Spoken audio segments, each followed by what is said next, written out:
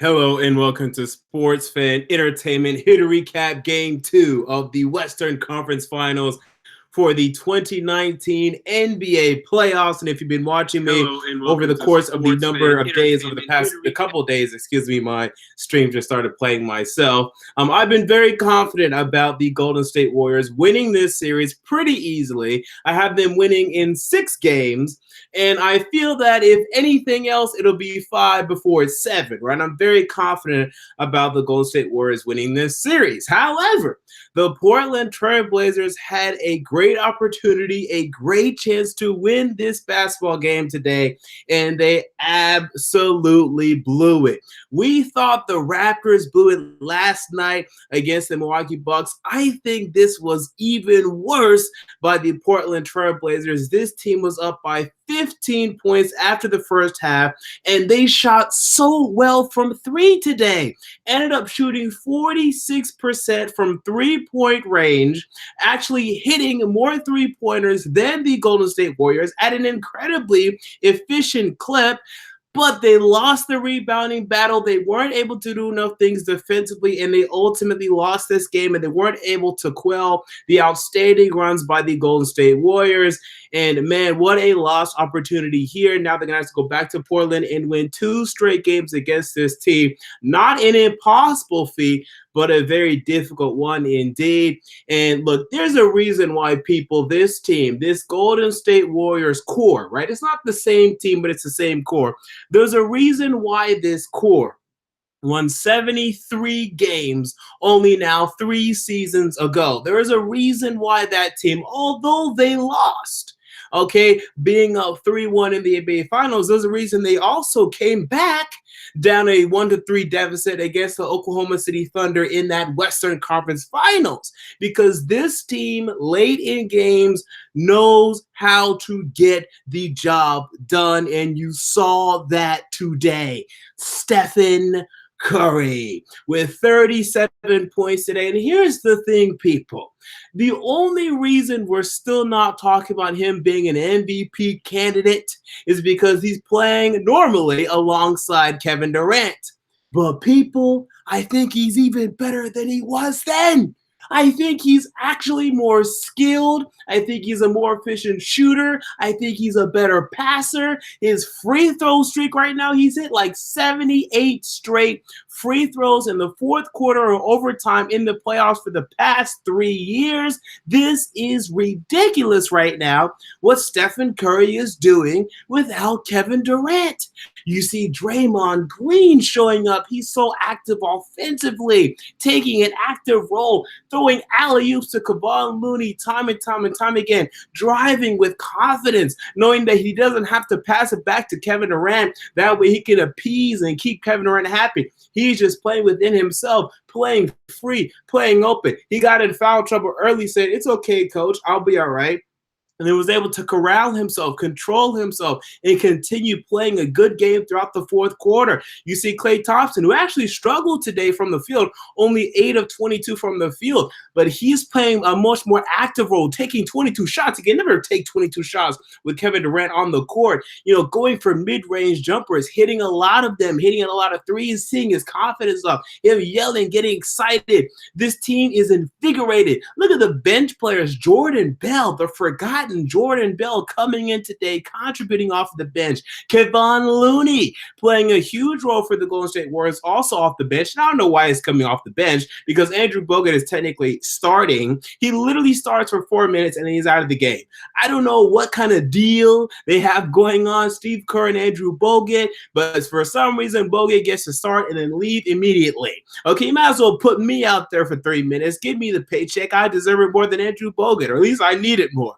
All right, whatever. So they had that thing going on, but it all starts and ends with Stephen Curry. I mean, really, this guy is playing at that MVP level again. And he didn't even shoot that great from three today, 4-14 from three. But you saw him late running the pick and roll with Draymond Green, finding Draymond Green well. And he had some mistakes. He had a couple turnovers to his brother, who I'm going to talk about in a second.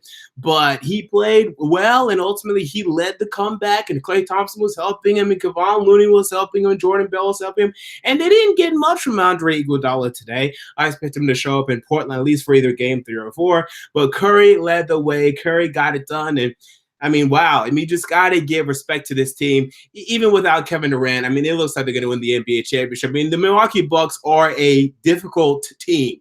Okay, and maybe Durant will come back for that. We'll see. I highly doubt. And I'll go ahead and say right now, I don't think Kevin Durant is coming back for this series, and I personally don't believe he's going to come back for the finals. Now we'll see. We'll take it step by step, but I really think he's going to be out for the next month. I think this calf strain is too high up. It's too much of an upper calf strain. I think it's too much of an issue. So we'll see, though. We'll see. But I really think this Warriors team is just too good. They know how to play well with each other. Steve Kerr, give him credit. Even give Mike Brown the assist. And coach credit. They haven't played right now. Say, but when you look at the Portland Trail Blazers again, this is such a lost opportunity for the Portland Trail Blazers, and you have to start to me with Damian Lillard, who did not have a bad game statistically. If you look at the box score, he was 6 of 16, which is not a great percentage. That's what is that? 37.5%. He should shoot better than that, but also not ridiculously awful. He was 5 of 12 from 3, and that's a good percentage. 23 points, 10 assists. You say, hey, that's all right. But he choked late. I mean, the game was there to be won late, and he choked late. He had the turnover to end the game. He missed a 3 late in the game. He didn't make the plays necessary, and he's doing a horrible job guarding Stephen Curry. And I know guarding Stephen Curry is not an easy thing to do. That's not an easy task. A lot of people struggle with that task. But almost no one can consistently slow down and stop Stephen Curry. But, dude, this is your opportunity to make the NBA Finals. I don't know. I don't believe the Trailblazers are ever going to bring another player into Portland in the next at least 5 years.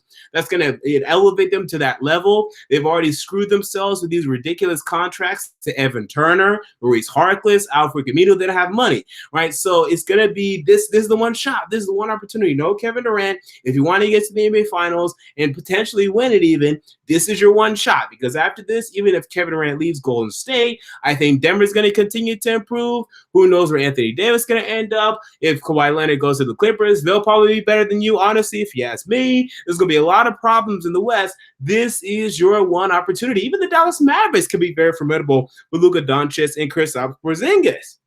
This is your chance, and he did not grab those brass rings. CJ McCollum as well. Like he's an inconsistent. He started this game so well, and he faded late. He fizzled out late.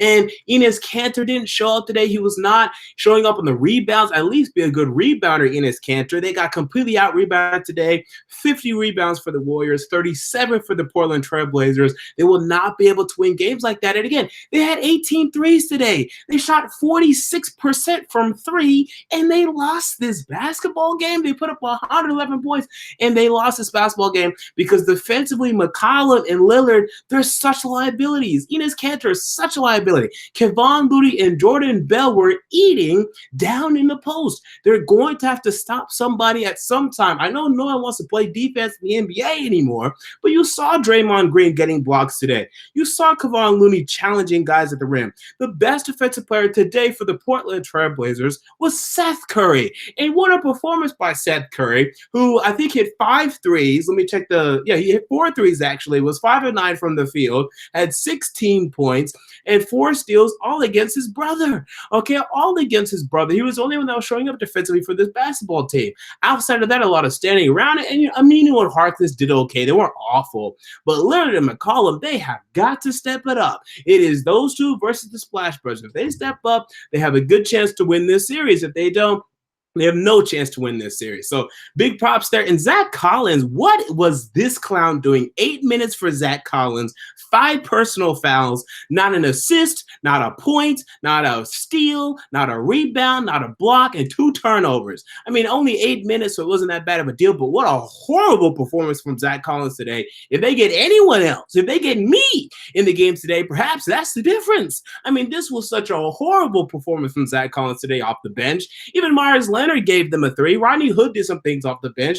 But Evan Turner did a couple of shots. But Zach Collins was awful, and defensively, Lillard and McCollum continued to struggle. And hey, the game was there to be won late, and they didn't show up. They did not show up, and the game was there to be had. You know, Dame time. It looked great against OKC. It looked great, but you need to show up now. This is the time to show up. And Steph Curry is not going to talk crap to you, trying to get you motivated, trying to help you beat their team. You're going to have to find that motivation within yourself, and the motivation to get to and potentially win the final should be enough.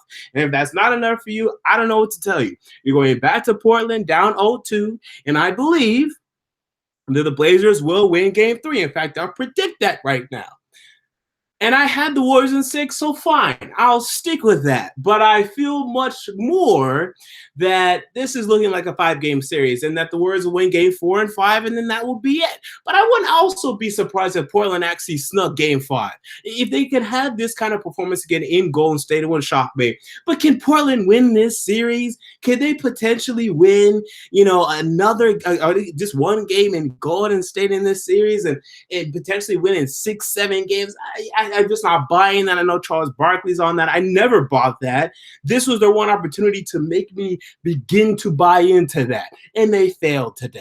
All right, so there you go. Those are my thoughts on this game. Let me check the chat if there's any super chats that I'll mention. No, there are not. So here we go. Golden State up 2-0 in the Western Conference Finals. What are your guys' thoughts on this? Comment down below. I want to know. If you enjoyed the video, make sure to like, comment, and most importantly, to subscribe. And until next time, this has been MJ of Sports Fan Entertainment, and I'm out.